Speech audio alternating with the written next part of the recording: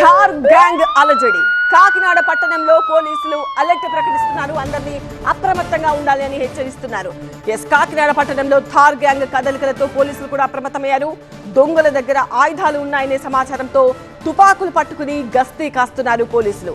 ఇటీవల రాజానగరం, ఏలూరు ప్రాంతాల్లో థార్ గ్యాంగ్ చోరీలకు తెగబడుతున్నారు. ఇళ్లలో చోరీలకు పాల్పడుతున్నారు ఈ ముఠా. ప్రస్తుతం జగంపేట పరిసరాల్లో మకాం వేసినట్టు గుర్తించి నిఘా పెంచారు. ఉదయం రెక్కీ చేసి రాత్రికి దొంగతనాలు చేస్తోంది గ్యాంగ్. హైవేకి సమీపంలో ఉన్న ఇళ్లే టార్గెట్ గా వరుసగా దొంగతనాలు చేస్తున్నారు.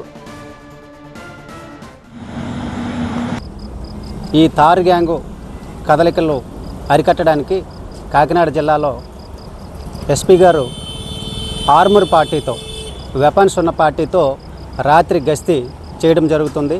ఈ గస్తీలు కాకినాడ జిల్లా మొత్తం తుని నుంచి అన్నవరం వరకు, అన్నవరం నుంచి మురారి వరకు, పెద్దాపురం, సామర్లకోట, కాకినాడ ఏరియాల్లో ఈ ఆర్మర్ పార్టీతో బ్రిస్క్గా తిరగడం జరుగుతూ ఉంది.